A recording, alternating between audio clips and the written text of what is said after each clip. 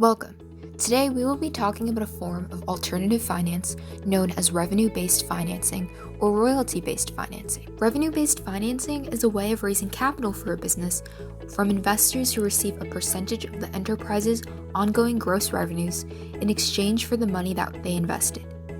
The investor does not take any ownership in the business, but rather takes a small equity warrant instead. In a revenue-based finance deal, there are aspects that are specified. First is the principal amount, which is the cash advanced by the RBF provided to the borrowing company. Next is the repayment cap, or the amount that the borrower will have to repay. This is usually a multiple of the principal amount. Next is the monthly repayment percentage, which is the percentage of gross monthly revenue that the borrower will pay to the RBF. This is a fixed percentage of a variable amount, so the amount paid out will be higher during months when revenue is strong and lower when revenue is weak. Next is the time it will take to repay the loan. This is usually a range because the time in which it will take to repay can vary depending on monthly revenue cash flows.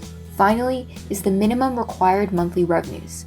This means that the provider will want to see a revenue history that meets or exceeds a target that they establish.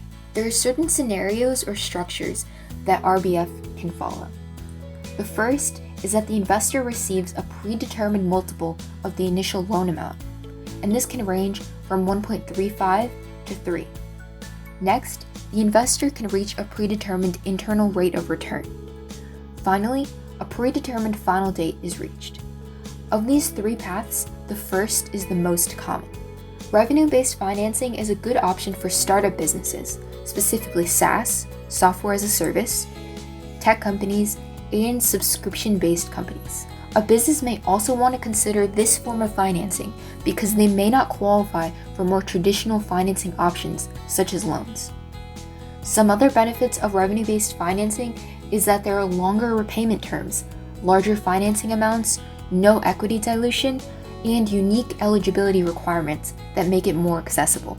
However, despite the benefits, there are also some disadvantages. There is a high cost of capital, no prepayment incentives, it can be slow to fund, and it's only suited for specific businesses that meet certain requirements. Some of these requirements include having an annual revenue of $200,000 or higher, with little to no existing debt obligations, consistent revenue, with high growth margins, and having a FICO score of at least 550. Additionally, many investors and financing firms are only willing to work with particular types of companies, such as tech companies. Therefore, if your business does not fall under one of those categories, revenue-based financing may not be a good fit. These sources were used to provide the facts and information. We hope this video helps you understand revenue-based financing and how it works. Please reach out to us if you have any questions.